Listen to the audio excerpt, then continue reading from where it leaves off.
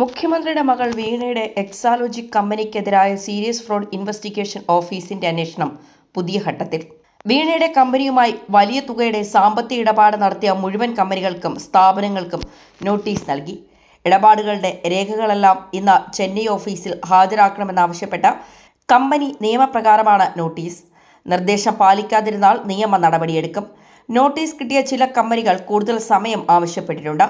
എക്സാലോജിക് സൊല്യൂഷൻസും KSIDCയും നൽകിയ ഹർജികളിൽ അന്വേഷണം നടക്കട്ടെ എന്ന കോടതികൾ നിലപാടെടുത്തതോടെയാണ് SFIO തുടർ നടപടികളിലേക്ക് കടന്നത്. കേരളത്തിൽ മാത്രം 12 സ്ഥാപനങ്ങൾക്കാണ് നോട്ടീസ് ലഭിച്ചത്. മതസ്ഥാപനങ്ങളുമായി ബന്ധപ്പെട്ടവയും ഇതിലുണ്ട്. എക്സാലോജിക് സൊല്യൂഷൻസിന്റെ ബാങ്ക് അക്കൗണ്ട് വിശദാംശങ്ങൾ SFIO പരിശോധിച്ചിരുന്നു. ഈ പരിശോധനയിൽ ലഭിച്ച വിവരങ്ങളുടെ അടിസ്ഥാനത്തിലാണ് നോട്ടീസ് അയച്ചത്. എക്സാലോജിക്കുമായി എന്തുതരം ഇടപാടാണ് നടത്തിയതെന്നാണ് നോട്ടീസിലെ പ്രധാന ചോദ്യം. വീണയുടെ കമ്പനിയിൽ നിന്ന് എന്ത് സേവനമാണ് ലഭിച്ചതെന്നറിയാനാണ് നീക്കം.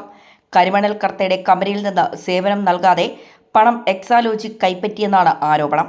ഈ സാഹചര്യത്തിലാണ് മറ്റ് കമ്പനികളോടും ചോദ്യം ചോദിക്കുന്നത്.